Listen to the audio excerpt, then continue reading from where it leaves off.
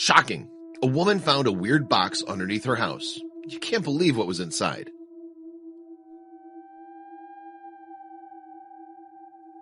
Ericka Carter from San Francisco always loved her childhood home. Her parents and this house were her most precious memories, so she decided to renovate the building and hired a whole crew of professionals to make her dreams come true.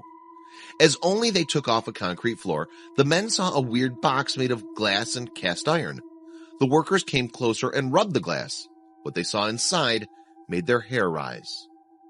They called for a house owner and some specialists to decide what to do with their discovery, but everyone who looked through the glass could hardly hold tears. What was there? The box was nothing else but a coffin with a little beautiful girl inside. Her blonde hair and pale face seemed timeless. It all looked like she was just sleeping. The girl was wearing a long white lace dress and had a cross made of flowers on her chest. The area where the coffin was discovered used to be the Oddfellows Cemetery. The cemetery was relocated in the 1930s and most of the bodies were transferred to the new location. But this young girl's coffin was somehow overlooked and ended up staying put. Her body was perfectly preserved as the coffin was tightly sealed. Even the flower in her hand looked fine. In just a day, this girl took all the front pages of websites and newspapers, but nobody could identify her. Ericka called the little one Miranda, but in just a few months, researchers knew her real name.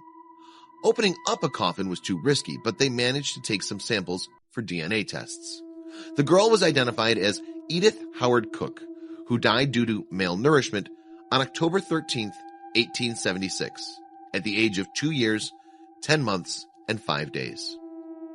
Her dad was a rich manufacturer and owner of H.N. Cook Belting Company, which still exists. Edith was the first daughter, but 2 years after her death, Edith's mom gave birth to another girl, Ethel, who was a celebrated beauty and the most talked about young lady in the city. After the DNA test, there was an attempt to find relatives of the dead girl, and soon someone named Peter Cook received a call. He was the girl's grandnephew. There was only one thing unresolved.